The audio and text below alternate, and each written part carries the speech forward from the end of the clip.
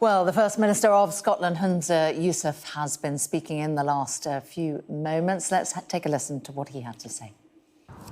Bad result. Of course it was. A disappointing night, a tough night for the SNP, very difficult, of course.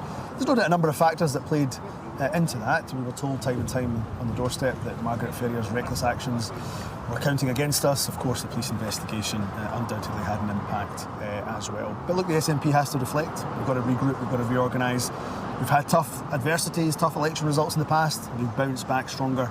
I'm very, very keen to make sure that we're fighting for the next electoral test.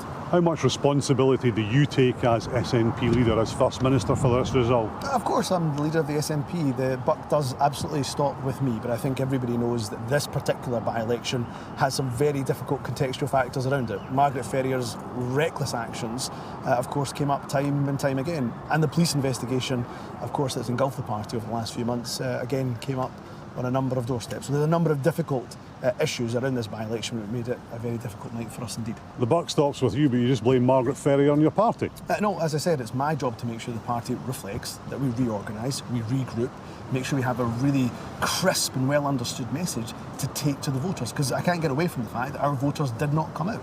A very low turnout, of course, right across the board, but our voters did not come out. So I've got to make sure I'm inspiring them, inspiring the public to come out. But there's no doubt, I think any objective media commentator would say that there are very, very difficult contextual factors in this by-election for the SNP. But in this by-election, you've just effectively admitted that you failed to inspire the voters to turn out to vote SNP. Look, the SNP, we didn't do enough. We know that there was contextual factors. Margaret Ferrier's reckless actions, the police investigation, of course.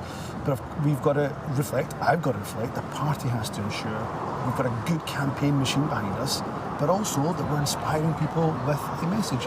We clearly got a message from the voters of Rutherglen and Hamilton West that the SNP has lost some trust in that seat. We've got to make sure we regain it.